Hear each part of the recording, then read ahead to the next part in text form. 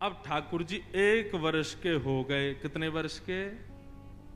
अब जैसे ही ठाकुर जी 1 वर्ष के हुए तो भगवान का नामकरण संस्कार हुआ। श्री गर्गाचार्य जी महाराज नामकरण करने के लिए आए। गर्गाचार्य जी ने आकर के कहा, नंद बाबा कल का मुहूर्त अच्छा है, कल नामकरण कर देंगे, आज रात्रि विश्राम कर लेते हैं। बोले ठीक है। गर्गाचार्य जी बोले लेकिन एक दिक्कत है। यशोदा मैया बोली क्या? हम किसी के हाथ का बना भोजन नहीं करते, खुद बना के अपने ठाकुर जी को भोग लगा के तब पाते हैं। यशोदा मैया बोली अरे तो इसमें दिक्कत की क्या बात है, मैं आपको चूल्हा दे देती हूं, आपको बर्तन दे देती हूं, सारी सामग्री दे देती हूं, आप बनाइए। गर्गाचार्य जी बोले जो जो कृपा, दे दीजिए। यशोदा मैया ने सब सामग्री दी, गर्गाचार्य जी ने भोजन तैयार किया। अब बढ़िया एक पात्र में खीर बनाई। खीर में इलायची डाली, केसर डाला, मिश्री डाली, बढ़िया सुगंधित, आहा अति आनंदित खीर बनाई। खीर भी पता कौन सी अच्छी लगती है? वो रबड़ी जैसी हो जाती है, गाढ़ी गाढ़ी।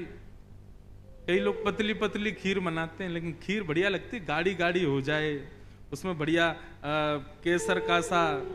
आ गया मुंह में पानी।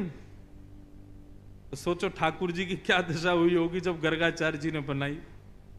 यही हुआ, जैसे ही गर्गाचार्य जी ने खीर बनाई, अपने शालिग्राम भगवान के सामने जैसे ही उसको सजाया, तुलसी छोड़ करके, और त्वदीयम वस्तु गोविंद तुभ्यमेव समर्पयेत् ग्रहाण सुमुखो भुक्त्वा प्रसीद परमेश्वर, ये भोग लगाने का मंत्र है। अब गर्गाचार्य जी का नियम था कि वो जब भोग धरते थे ना, उसके बाद 108 माला करते थे नेत्र बंद करके, और 108 माला होने पर तब भोग अनौसर करते थे। गर्गाचार्य जी ने भोग रखा और जैसे ही आंख बंद करके नाम जप करने लगे, अंदर आंगन में ठाकुर जी बलराम जी के साथ खेल रहे थे। अभी 1 वर्ष के हुए, थोड़े थोड़े चलते हैं फिर गिर जाते हैं, फिर घुटमुन घुटमुन चलते हैं, फिर खड़े होते हैं, फिर गिर जाते हैं, ऐसी स्थिति में है। तो ठाकुर जी बलराम जी के साथ खेल रहे थे, खेलते खेलते अचानक रुक गए। बोलना तो जानते नहीं, थोड़ा थोड़ा बोलते हैं। बलराम जी बोले का भयो? अच्छा, मनी मन में दोनों की बात होती है। ठाकुर जी बोले अरे भैया आज एक बहुत जोर को भगत आयो है, नामकरण करवे आयो हमारो। माने ऐसी जोर की खीर बनाई है, वहां में बढ़िया केसर डाली है, इलायची डाली है और मिश्री डाली है, बिल्कुल रबड़ी जैसी खीर है। मेरा तो मुंह में पानी आ रहा हो, खावे को मन कर रहा है। ताऊ जी बोले तो फिर रुको काई को, चलो जा, और बढ़िया लगे तो मुक्कू भी बुला लियो। ठाकुर जी बोले ठीक है। गुटमुन गुटमुन गुटमुन चल के ठाकुर जी जैसे तैसे मटक मटक के बाहर पहुंचे, और यहां गर्गाचार्य जी बैठे थे, नाम जप कर रहे थे।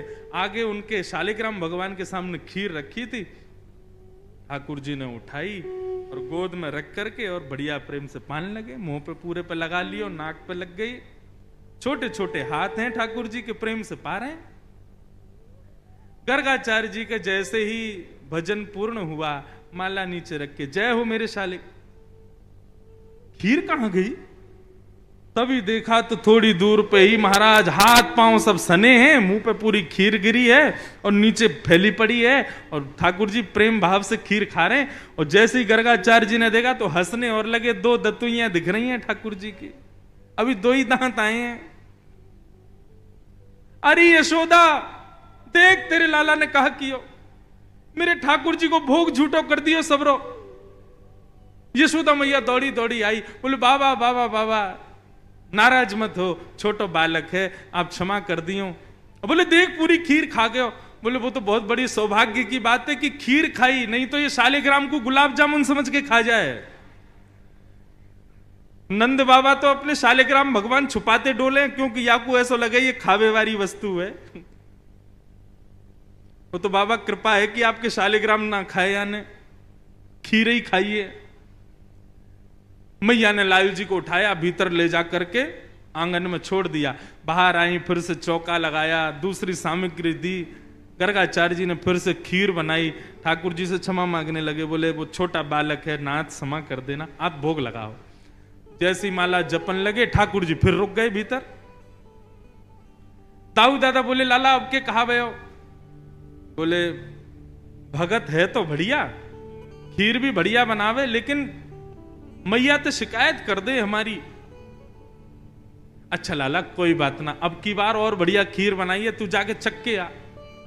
ठाकुर जी फिर से गए, गुडमुन गुडमुन गुडमुन चल करके गए, उठाई खीर का पात तो फिर से खाने लगे। गर्गाचार्य जी की जैसे ही माला पूरी हुई, देखा अब तो खड़े ही हो गए, नहीं रहना हमें यहाँ यशोदा, देख तेरो लाला फिर से हमारा भूख झूठो कर दिए सबरो। यशोदा मैया बोली क्षमा कर दो, मैं अपने बालक को किसी कमरा में बंद कर दूंगी, लेकिन आप नाराज मत हो। ठाकुर जी को ले जाके एक कमरे में छोड़ दिया और मैया ने फिर से सब सामग्री दी। ठाकुर जी ने खोली खिड़की और खिड़की पकड़ करके अब 1 वर्ष के ठाकुर जी और गुस्सा में देख रहे हैं गर्गाचार्य जी को। गर्गाचार्य जी भी देख रहे हैं, शैतान बालक। ठाकुर जी भी मन मन सोच रहे हैं, दारी के अभी तो तेने शैतानी देखी ना है हमारी, अब के बना तो को बताऊंगा मैं। गर्गाचार्य जी ने भोग बनाया, तीसरी बार भोग रखा। ठाकुर जी क्षमा कर दियो, छोटो बालक है, अब की बार भोग लगाओ। और जैसे ही त्वदीयम वस्तु गोविंद नाम जप करने लगे, ठाकुर जी उतरे और धीरे से खिड़की खोली, दरवाजा खोला, गुटमुन गुटमुन गुटमुन चल करके बाहर आए और उठाया खीर का पात्र और जैसे ही पाने लगे, गर्गाचार्य जी को संदेह हो गया था कि कहीं बालक फिर से तो नहीं आ गया। जैसे ही नेत्र खोल करके देखा तो नन्हे से गोपाल जी के ही 4 भुजा प्रकट हो गई। शंख चक्र गदा पद्म ठाकुर जी ने अपने भुजाओं में धारण कर लिया। चतुर्भुज नारायण के रूप में नन्हे से बालक के रूप में ही प्रकट हो गए और एक भुजा से तो स्वयं खीर खा रहे हैं और अपनी झूठे हाथ से ही गर्गाचार्य जी को खिला रहे हैं।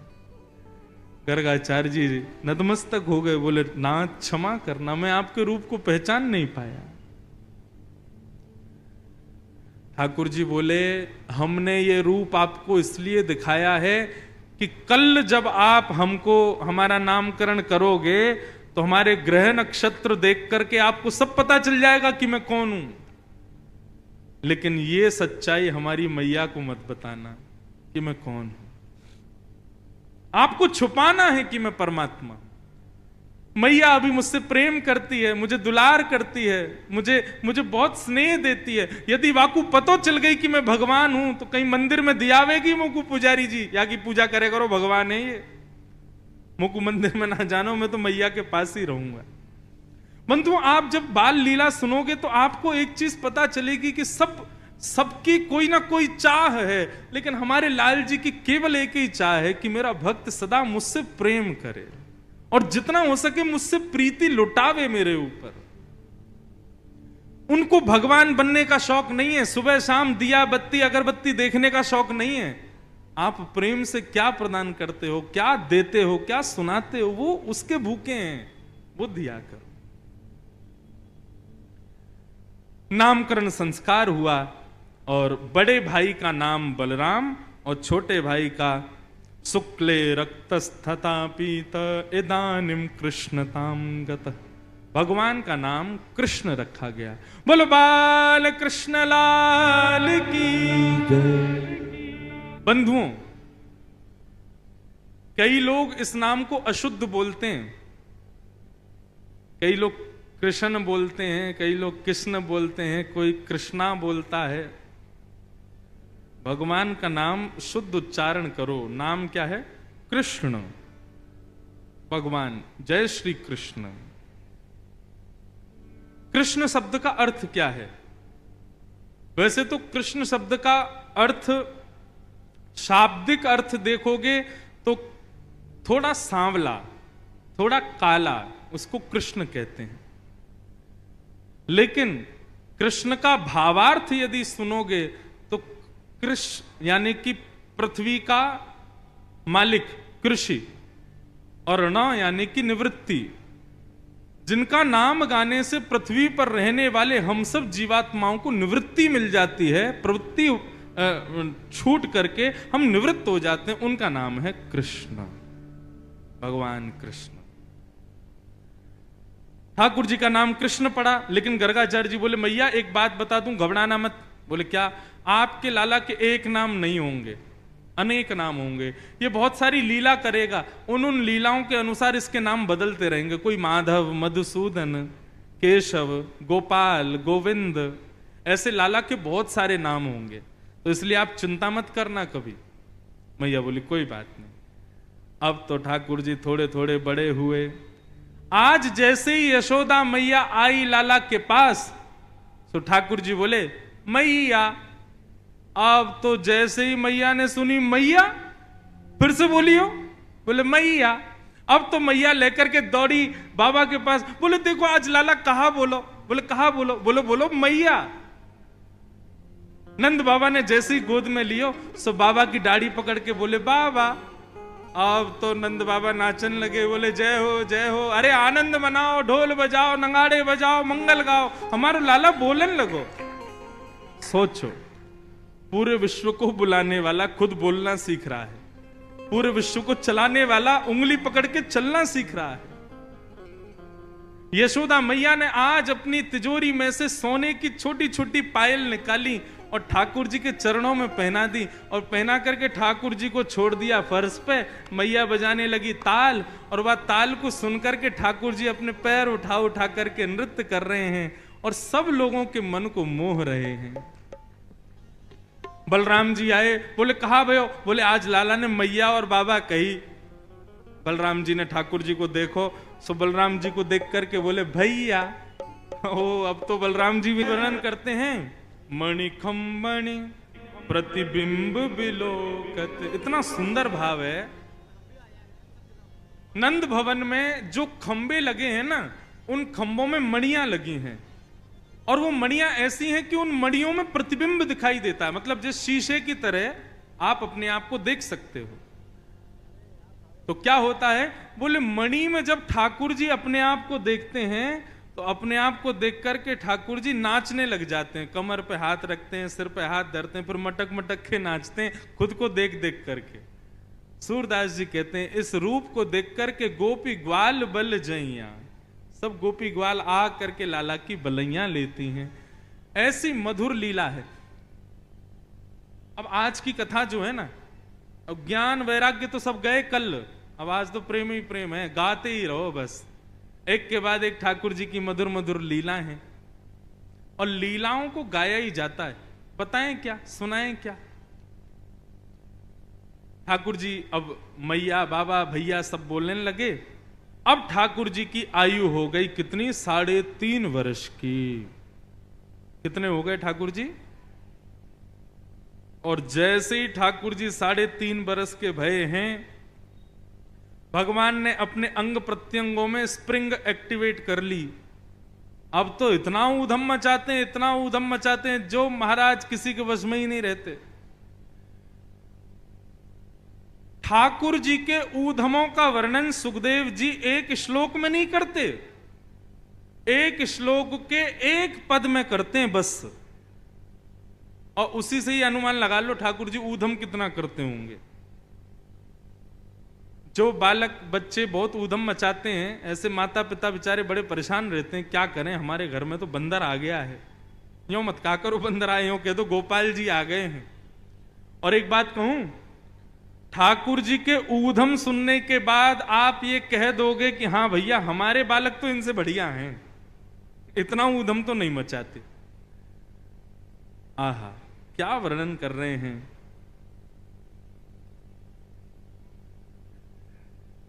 श्रृंग्यग्निड्यं शशि जलद्विज कंटकेभ्यः क्रीडा परावति चलो स्वसुतौ निषेद्धुं गृहाणि कर्तुमपि यत्न तज्जनयो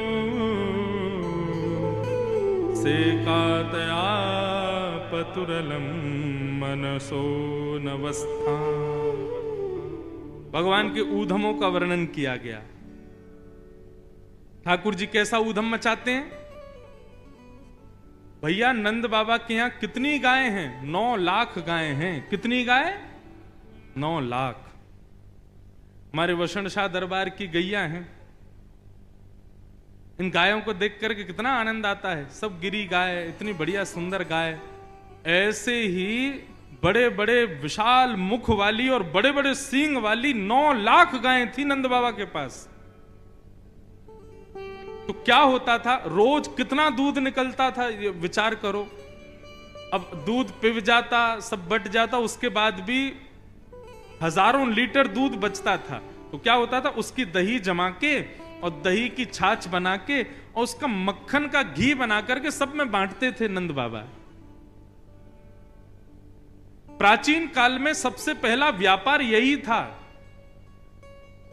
गीता में वर्णन आता है कि व्यापारियों के लिए, वैश्यों के लिए क्या उनका धर्म क्या है, बोले गौ सेवा करना और व्यापार करना, घी निकाल करके उसका विक्रय करना। सबसे पहला व्यापार पृथ्वी का यही था, गायों की सेवा करो और घी बना करके घर घर पहुंचाओ। नंद बाबा का भी यही व्यापार था।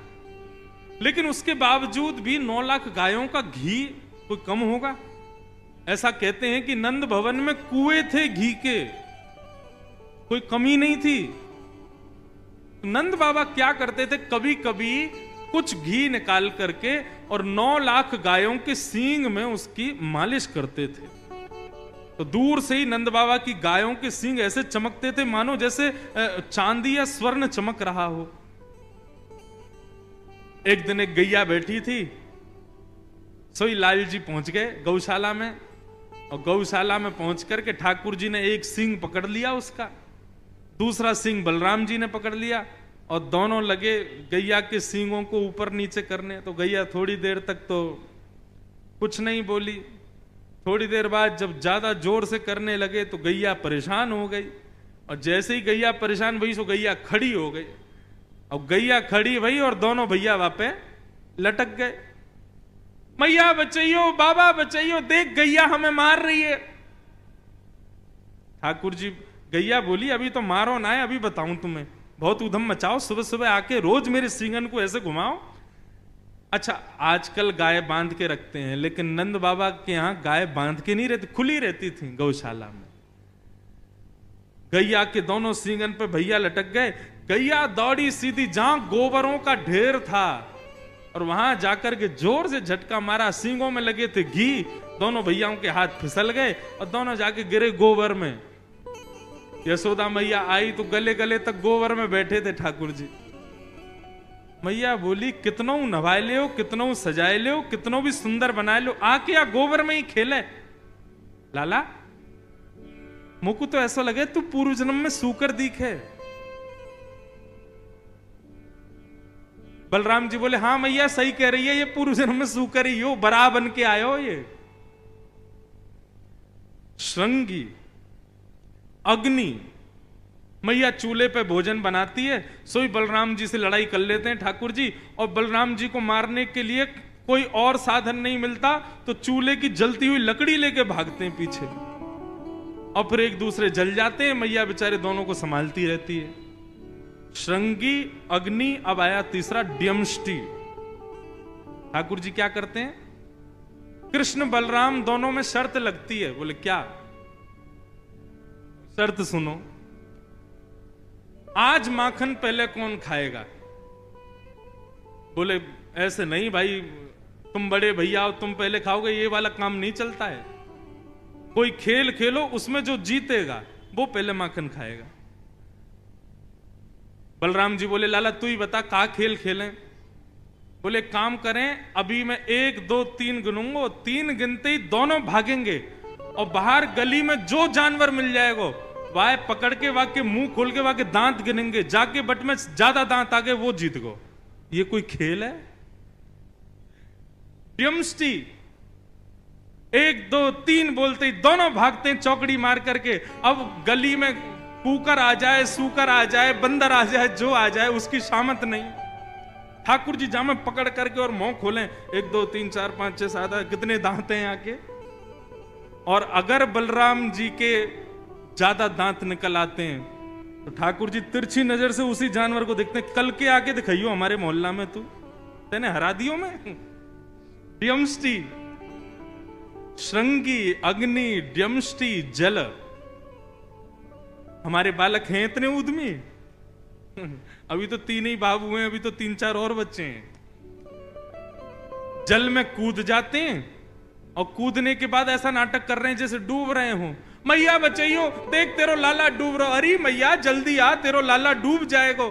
मैया अरे मेरो लाला, मेरो लाला। जैसे पकड़ के लाला को खींचती हैं, सोई ठाकुर जी मैया को भी खींच लेते हैं। बोले आ गए आनंद, मैया भी डूब गई।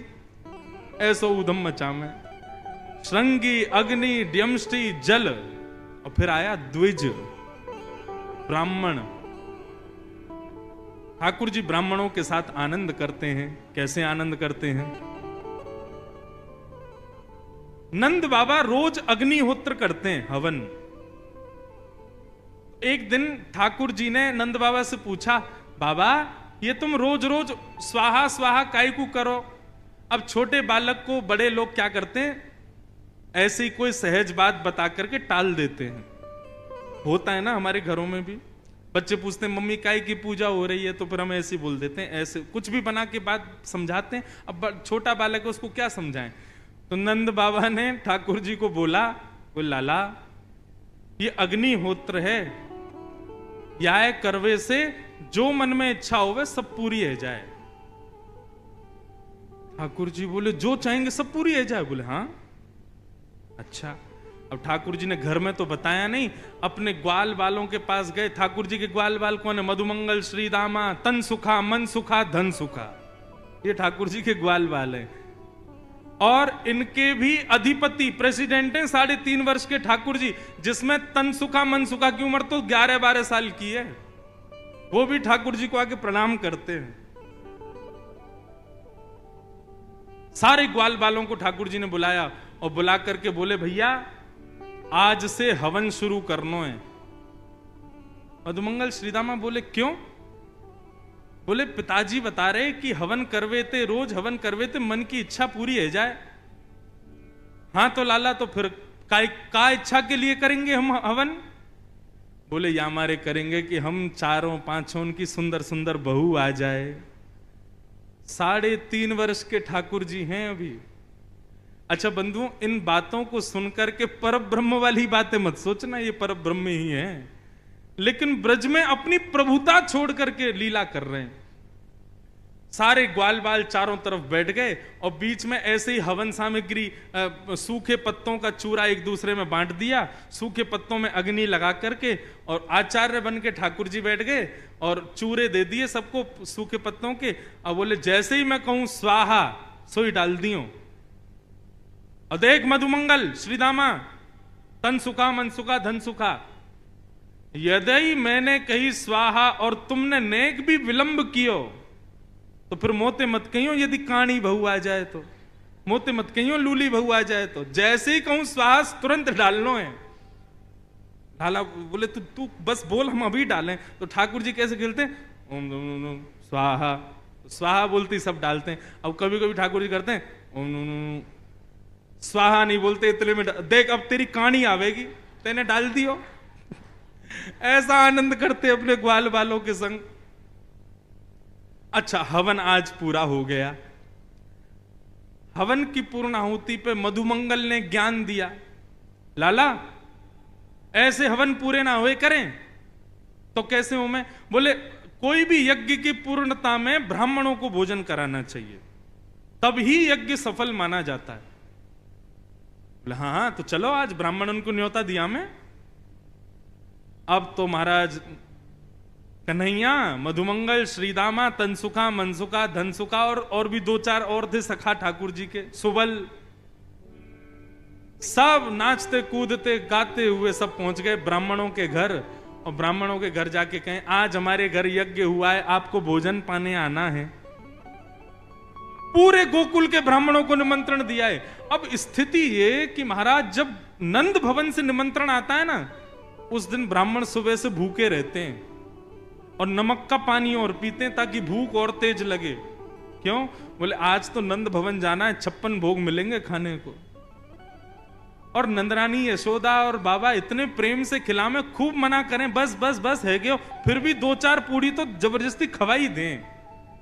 तो हमारे भैया सवेरे से ही भोजन त्याग दो और नमक को पानी लगे पीने में। सब ब्राह्मणों को जोर की भूख लगी।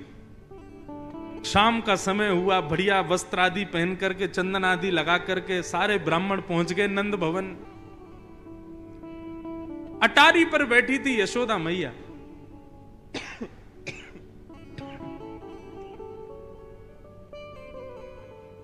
यशोदा मैया ने जैसी देखा इतने सारे ब्राह्मण, नीचे उतर करके आई। आज इतने ब्राह्मणों का आगमन मेरे द्वार पे, सबको प्रणाम वंदन। ब्राह्मण बोले मैया प्रणाम प्रणाम बाद में करियो, तू तो पहले कछु खवा, बहुत जोर की भूख लगी है। बोले मैं वही पूछने वाली थी कि आज इतने सारे ब्राह्मणों का मेरे घर पे कैसे आगमन हुआ। अब एक तो किसी को आपने निमंत्रण दे दिया भोजन का, अगला आदमी बेचारा भोजन छोड़ के आया, सुबह से नमक का पानी पी के आपके घर आया और आप उससे पूछ रहे हो बताओ कैसे आना हुआ आपका। ब्राह्मण बोले मैया ये मत पूछो, ऐसा मत कहना कि आपको नहीं पता हम क्यों आए हैं। मैया बोली मुझे सांची में नहीं पता, बताओ तो आप लोग क्यों आए हो। बोले अरे ये तो नंद को लाला खेल गए हो हमारे संग। अरे मैया कहा बताएं, सुबेरे सुबेरे तुम्हारो नंद को तुम्हारो लाला और सबरे ग्वाल बालन के संग आयो और आकर के निमंत्रण देके गयो कि आज सबन को हमारे यहाँ भोजन पावे आनो है। हम तो मैया अपने घर के चूल्हान ने बुझा के ब्राह्मणी से मना करके कि आज भोजन मत बनाइयो। नमक को पानी पी पी के अपनी भूख इतनी जोर की कर ली है कि थोड़ी बहुत देर में यदि भोजन नहीं मिला तो एक दूसरे खा जाएंगे हम। मैया तुम्हारे लाला ने निमंत्रण दियो। मैया बोली देखो भोजन की व्यवस्था करने में मुझको समय लगेगा, क्योंकि मुझे पता नहीं था आप आने वाले हैं, तो वो तो मैं सब कर दूंगी, लेकिन उससे पहले आपके यजमान को तो ढूंढो कहां है, जिसने आपको निमंत्रण दिया पहले उसको तो पकड़ के लाओ। सब ब्राह्मणों के संग मैया निकल पड़ी खोजने। तभी नंद भवन के पीछे ठाकुर जी अपने सब ग्वाल बालन के संग खेल रहे थे। मैया पहुंची, लाला ओ कन्हैया यहां पे आ। जैसे ही ठाकुर जी ने पीछे देखी, ओ मधुमंगल ये तो सांची में आ गए सबरे, हम तो ऐसे ही आनंद में निमंत्रण दे के आए, तो सांची में आ गए। बोले हम बे लाला ये तो सांची में आ गए और मैया और पकड़ के लाए, मैया मारेगी आज। ठाकुर जी बोले अकेलो ना पिटूंगा, तुम भी चलो मेरे संग, एक एक थप्पड़ तुम भी खाइयो। सब रे ग्वाल बाल पहुंचे मैया के पास। हाँ मैया। मधुमंगल श्रीदामा बोले लाला पहले बचवे को प्रयास करियो, झूठ बोल बाल के कछु निकारवे को कोशिश करियो, पिटनो ना पड़े, और जब पीटवे की शामत आएगी तो हम सब रे गाल आगे कर ही देंगे अपनो, का करें गलती तो है ही गई। ठाकुर जी बोले हाँ मैया कहा भयो। मैया बोली ये सब कौन है। ये हमारे गोकुल के सब ब्राह्मण हैं, ये क्यों आए हमारे यहां। मैया मोए ना पता क्यों आए हैं। बोले झूठ बोला, ये सब रे यूं कह रहे हैं कि तू सबन के घर गयो और सबके घर जा जा करके तेने न्योता दियो कि आइयो आज हमारे घर पर यज्ञ भयो, सब लोग भोजन पावे आइयो। मैया मैं गयो इनके घर। मैया मैं तेरी सौगंध खा के कह रहा हूं, मुझको तो यूं ना पता इनको घर कौन सी गली में, मैं ना जानू। ब्राह्मण बोले देखो कितना झूठ बोल रहे हैं, कितना भयंकर झूठ बोल रहे हैं। मैया ने पकड़े कान, लाला सांची बता तेने इनको निमंत्रण क्यों दियो। बोले मैया देख तो कुछ सांची बताऊं। बोले हाँ बता। मारेगी तो नहीं। बोले ना मारूंगी। बोले हमने पूजा पूजा खेल खेलो, पूजा पूजा खेल रहे हम लोग सब रे, मैं आचार्य बनो, ये मधुमंगल ब्रह्मा बनो और ये सब रे ब्राह्मण बने, हम सब लोग आचार्य बन के ऐसे आनंद से खेल खेल कर रहे पूजा पूजा को। तभी ये मधुमंगल बोलो भैया अनुष्ठान के बाद में भोजन ब्राह्मण भोजन होना चाहिए, तो हम तो ऐसे खेल खेल में निमंत्रण दिया है इनको, अब ये आ गए हैं तो अब आपको कोई व्यवस्था करने की जरूरत ना है। जब हमारो हवन ही खेल खेल को, तो भोजन भी खेल खेल को। ये भी सूखे सूखे पत्ता हाथ में लेके कहते हैं हाँ भाई मोहन थार बहुत बढ़िया बनी है, पूड़ी बहुत अच्छी बनी है, देख क्या बात है, देख सब्जी बहुत जोर की बनी है। खेल खेल की पूजा, खेल खेल को निमंत्रण। फिर मैया ने मधुमंगल श्रीदामा सबरे एक एक तो धर दिए सबन में, फिर वाके बाद ब्राह्मणन को चक्क भोजन करायो, ठाकुर जी परोस रहे हैं सबको, लेकिन ठाकुर जी के ऊधम से बुरा किसी को नहीं लगता, सबको आनंद आता है।